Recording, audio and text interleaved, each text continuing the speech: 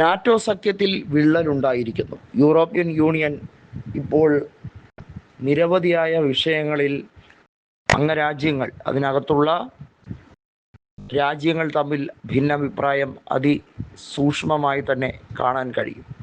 America പറയുന്ന എല്ലാ കാര്യങ്ങൾക്കും ഏറാമൂളികളായി നിൽക്കാൻ നാറ്റോ സഖ്യത്തിനും യൂറോപ്യൻ യൂണിയനും കഴിയില്ല. പറഞ്ഞു വരുന്നത് ഉക്രൈൻ റഷ്യ യുദ്ധ സാഹചര്യമാണ്. ഉക്രൈനിലെ ഭരണം അട്ടിമറിക്കാൻ വേണ്ടിയുള്ള നീക്കം നടക്കുന്നതായി റിപ്പോർട്ടുണ്ട്. അമേരിക്കയുടെ ഇടപെടൽ പലതവണ നടന്നിട്ടുണ്ടെങ്കിലും അതെല്ലാം പരാജയത്തിലേക്ക് നീങ്ങി. നമുക്കറിയാം, അമേരിക്കൻ പ്രസിഡൻ്റായ ഡൊണാൾഡ് ട്രംപും റഷ്യൻ പ്രസിഡന്റ് വ്ളാഡിമിർ പുടിനും അലാസ്കയിലെ ആങ്കറേജിൽ വെച്ച് നടത്തിയ കൂടിക്കാഴ്ച ഒരു രീതിയിലും അമേരിക്കയ്ക്ക് ഫലം ചെയ്തില്ല എന്ന് മാത്രമല്ല, ഗുണകരമല്ലാത്ത സംഭാഷണമാണ് അവിടെ ഉണ്ടായത്. അവസാനം റഷ്യൻ പ്രസിഡന്റ് പരിഹസിക്കുന്ന രീതി, നിങ്ങൾ മോസ്കോയിലേക്ക് വരൂ, നല്ല രീതിയിൽ സൽക്കരിക്കാം എന്ന രീതിയിൽ പറഞ്ഞപ്പോൾ അതിനെക്കുറിച്ച് ട്രംപ് പറഞ്ഞത് തന്നോട് മാന്യമായാണ് പെരുമാറിയത്, നല്ല രീതിയിൽ ചർച്ചകൾ അവസാനിച്ചു. കാരണം ഈ ട്രംപ് വെറും വിടുവായനാണ്, പറയുന്നതൊന്ന് പ്രവർത്തിക്കുന്നത് മറ്റൊന്ന്. ട്രംപിനോട് പുടിൻ പെരുമാറിയ രീതി എന്ന് പറയുന്നത് ലോക നേതാക്കൾക്കറിയാം. ട്രംപിനെ യാതൊരു രീതിയിലും ഭയക്കുന്നില്ല.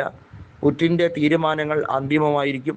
ട്രംപിനെ പോലെ ഏതാനും കൊല്ലങ്ങൾ കഴിയുമ്പോൾ അദ്ദേഹം രാഷ്ട്രപതി സ്ഥാനത്ത് നിന്ന് മാറിപ്പോകുന്ന വ്യക്തിയല്ല. ഡൊണാൾഡ് ട്രംപിന് ഇനി ഏറിപ്പോയാൽ 2 കൊല്ലം കൂടിയുണ്ട്. വ്ളാഡിമിർ പുടിൻ 2036 വരെയും അവിടെ തന്നെ കാണും. ആരും അനക്കാനും പോകുന്നില്ല. അദ്ദേഹം റഷ്യ മുഴുവനായി അടക്കി ഭരിക്കുന്ന ഒരു വ്യക്തിയാണ്. അദ്ദേഹത്തിനെ തോണ്ടാനും മാന്താനും ഒരു ലോക നേതാവും ഇന്നേ വരെ ജനിച്ചിട്ടുമില്ല, ഇനി ജനിക്കാനും പോകുന്നില്ല എന്ന് വേണമെങ്കിൽ പറയാം. അദ്ദേഹത്തിനോട് കാണിക്കുന്ന ആ അടുപ്പം അദ്ദേഹം തിരിച്ചും കാണിക്കാറുണ്ട് എന്ന് വേണമെങ്കിൽ പറയാം. വാസ്തവത്തിൽ ഏറ്റവും ശക്തനായ ലോക നേതാവ് വ്ളാഡിമിർ പുടിൻ തന്നെയാണ്. പുടിൻ വിചാരിച്ചാൽ ഉക്രൈനെ കരിച്ച് ഭസ്മമാക്കാൻ കഴിയുന്നതേ ഉള്ളൂ. പക്ഷേ ഉക്രൈനെ ഇങ്ങനെ എരിയെ പൂച്ച തട്ടിക്കളിക്കുന്നത് പോലെ ഇട്ട് കളിക്കുകയാണ്. എവിടം വരെ പോകുമെന്ന് നോക്കാൻ. റഷ്യക്ക് ഒരുപാട് സൈനിക നഷ്ടം ഉണ്ടായിട്ടുണ്ട്, സമ്മതിക്കുന്നു. പക്ഷേ അതിനേക്കാൾ ഉപരിയായി റഷ്യ കണക്കൂട്ടുന്നത് കീവിലും കാർഖീവിലും ഉണ്ടാക്കിയ പോരാട്ടങ്ങളല്ല, അവിടെ നടത്തിയ വിസ്ഫോടനങ്ങളോ അല്ലെങ്കിൽ അവിടെ നടത്തിയ ആക്രമണങ്ങളോ കുറിച്ചല്ല. റഷ്യക്ക് അറിയാം ആരുടെ കയ്യിലെ ചട്ടുകമാണ് ഉക്രൈൻ പ്രവിശ്യകൾ എന്നുള്ളത്. ഉക്രൈൻ പ്രവിശ്യകൾ റഷ്യയുടെ നിയന്ത്രണത്തിൽ കൊണ്ടുവരുന്നത് വരെ യുദ്ധത്തിനൊരു പരിസമാപ്തി കാണില്ല എന്ന് അതുകൊണ്ട് തന്നെയാണ് വ്ളാഡിമിർ പുടിൻ പറയുന്നത്.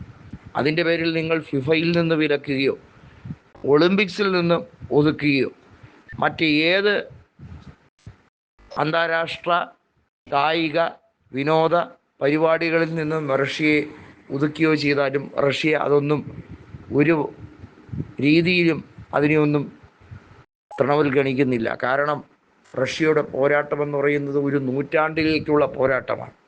ഇന്നിൻ്റെ കാലത്ത് തിരിച്ച് സോവിയറ്റ് യൂണിയനായി മാറാൻ റഷ്യ പെടാപ്പാടുപെടുകയാണ്.